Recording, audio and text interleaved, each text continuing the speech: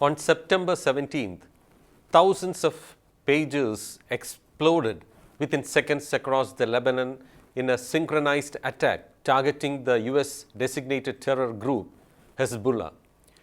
The explosions killed at least 9 and injured 2,800 individuals in the country that has been caught up in the Israel-Palestine conflict in its backyard.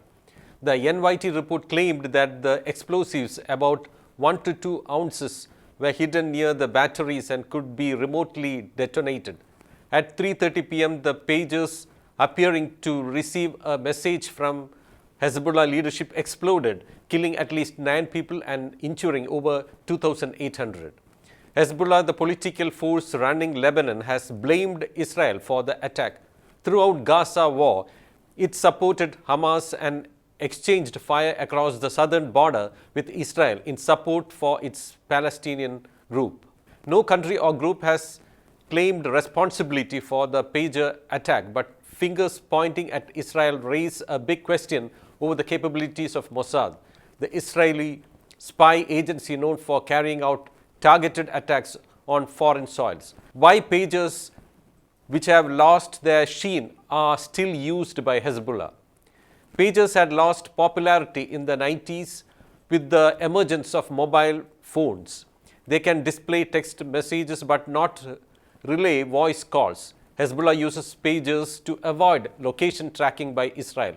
The ones that exploded in Lebanon on Tuesday came fitted with explosives from Taiwan, reported the New York Times. Gold Apollo, a Taiwanese firm, had placed the order, and the pagers were tampered by Israeli agents before they arrived in Lebanon, the US-based newspaper said, citing unnamed officials. Some 3,000 pagers were part of a recent order for Gold Apollo that included mostly its AR-924 model, reported the NYT. Israeli intelligence infiltrated the production process of the pagers and fitted the explosives that could be triggered remotely without any suspicion, said news agency AFP, citing a Brussels-based security analyst. Mossad had been planning the attack for months, according to Reuters. They fitted the Taiwan-made device with up to 3 grams of explosives that went unnoticed by Hezbollah, it reported, citing Lebanese sources. The trigger was activated and about 3,000 pagers exploded when a code word was sent to them, the news agency reported. Gold Apollo founder Xu Qing Kuang has denied making the pagers. He said a Hungarian firm named BAC that had the right to use this company's brand name were the original makers.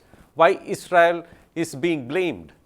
Early Tuesday morning, Israeli PMO released a statement that the safe return of residents evacuated from northern Israel, which borders southern Lebanon, was among its war goals.